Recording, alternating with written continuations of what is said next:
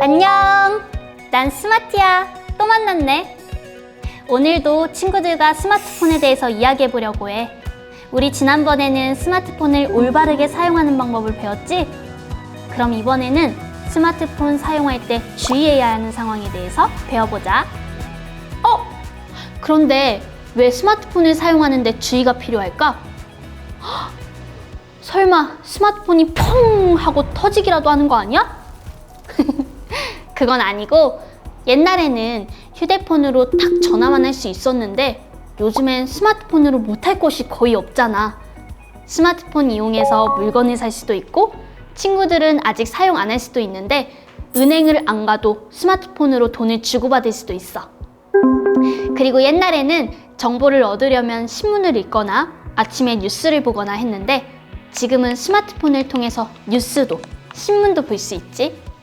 내가 좋아하는 엄청나게 큰 고래라든지 북극에 사는 북극곰 같이 우리 주변에서 보기 힘든 동물들도 검색해서 볼 수 있어. 이만큼 스마트폰으로 할 수 있는 것들이 늘어난 대신에 주의해야 할 점도 늘어난 건데 아마 친구들도 뉴스에서 많이 봤을 거야. 보이스피싱이라고 들어봤어? 맞아. 이렇게 사기 전화라든지 사기 문자가 오기도 해. 나도 처음에는 아니 사기를 왜 당해? 난 똑똑하니까 절대 안 당할걸? 라고 생각했는데 와, 요즘 사기꾼들의 사기 방법이 진짜 장난이 아니야. 나도 하마터면 당할 뻔했다니까. 예전에는 경찰이나 검사 흉내를 내면서 경찰입니다. 스위트시죠? 큰일 났습니다. 하고 사기를 쳤다면 이제는 가족이 납치되었다고 거짓말을 하면서 돈을 주라고 한대. 어떻게 그런 거짓말을 할 수 있지? 정말 나쁘다. 이렇게 사기꾼들이 사기치는 방법들은 더 있는데 그건 이따가 내가 자세히 알려줄게. 친구들, SNS라는 말 들어봤지? 스마트폰을 쓰는 친구들은 아마 거의 다 알고 있을 것 같은데 맞아. 우리가 많이 사용하는 카카오톡, 페이스북, 인스타그램 같은 어플을 말하는 거야. 카카오톡, 페이스북, 인스타그램 같은 애플리케이션을 사용할 때를 생각해볼까? 어떤 공통점이 있지? 첫 번째로는 내가 아는 사람과 이야기할 수도 있고 때로는 모르는 사람들이랑도 이야기할 수 있어. 이때 꼭 어떤 장소에서 만나서 이야기하지 않고 온라인에서 이야기한다는 특징이 있고 그리고 다른 친구들이나 모르는 사람들이 올린 글을 내가 볼 수도 있지.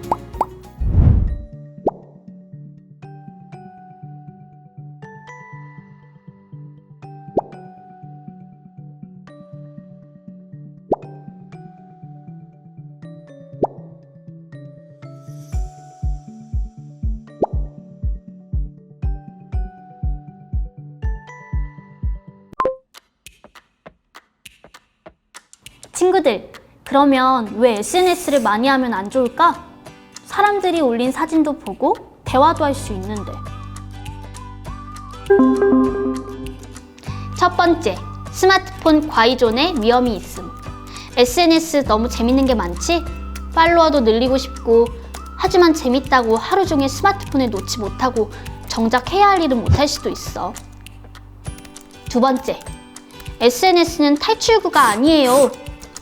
친구들, 가끔 우울하거나 외로울 때 있어? 그런 감정이 들 때는 오히려 SNS를 안 하는 게 좋아. 왜냐하면 그런 부정적인 감정이 들 때 SNS를 해서 기분이 좋아지게 하려고 하면 점점 그것에 의존할 수 있거든. 그러니 다른 해결 방법을 찾는 게 좋아. 그리고 오히려 SNS를 해서 우울해질 때도 있어. 내가 올린 게시글에 좋아요가 적으면 우울하고 친구가 자랑하는 게시글을 올리면 질투를 느끼기도 하니까. 세 번째, 거짓 정보가 많아요. SNS에는 유익하고 재미있는 정보들이 많이 올라오는데 그중에는 거짓 정보들도 많다고 해. 그래서 SNS에 있는 정보를 판단할 수 있는 힘이 있어야 해. 네 번째, 개인정보가 유출될 수 있어요. 개인정보라는 말 알지?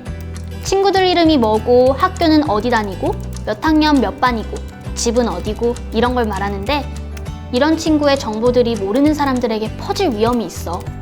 그래서 자기의 계정을 비공개 설정하는 사람도 많다고 해. 다섯 번째, 친구들과 멀어질 수 있어요. SNS에 너무 빠지면 실제 친구들과 멀어질 수 있어. SNS에서 친구들과 대화하거나 친하게 지내는 게 익숙해질수록 실제 친구와 놀 때는 뭐라고 놀아야 할지, 무슨 말을 해야 할지 생각이 나지 않고 어색해질 수도 있어.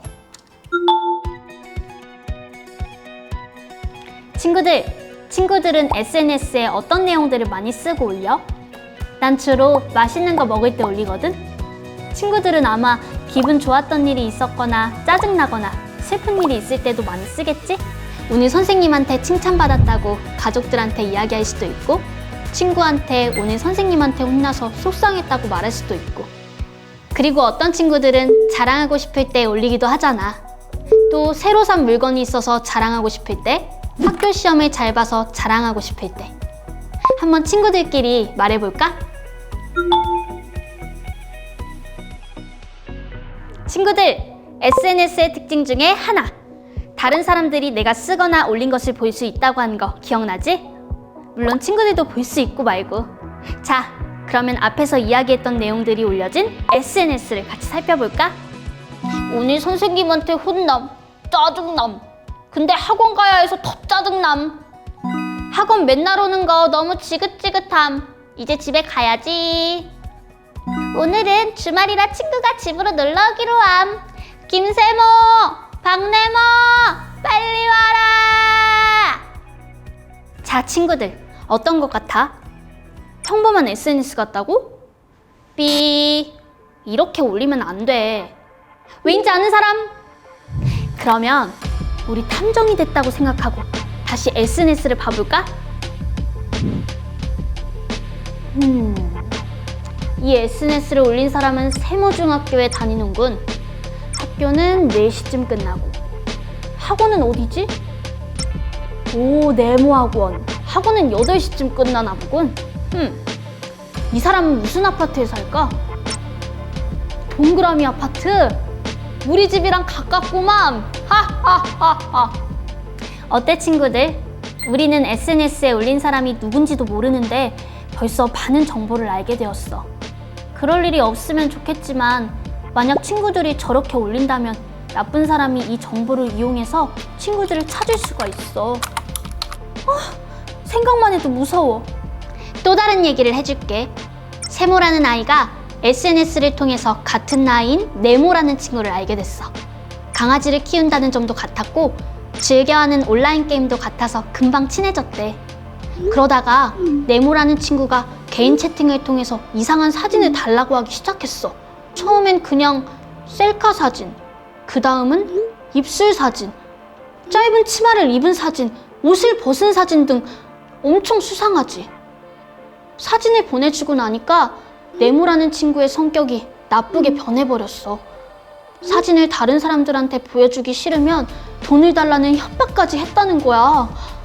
네모라는 친구가 누구인지도 정확히 모르는 상황인데 함부로 개인적인 사진을 보내버려서 생긴 문제라고 볼 수 있었어.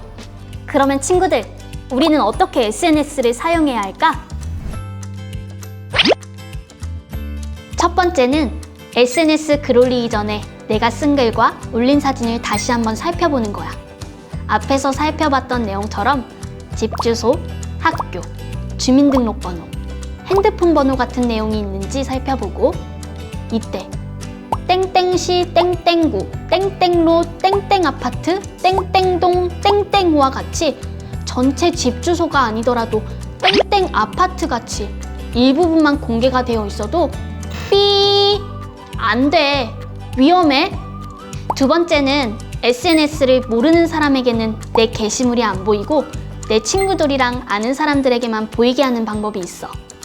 SNS를 올리기 전에 설정이나 옵션에 전체 공개라고 되어 있는 것을 비공개 또는 아는 사람과만 공유할 수 있는 것을 선택해 놓으면 돼. 세 번째는 모르는 사람이 보내는 메시지는 답장하지 않는 거야. 물론 SNS에서 모르는 사람과 대화하다가 친해질 수도 있지만 그 사람이 어떤 사람인지 알 수 없기 때문에 의심을 계속해야 해. 예를 들면 나이나 성별, 학교 등 공통점이 나랑 많이 없는 사람들을 조심하는 것이 좋아.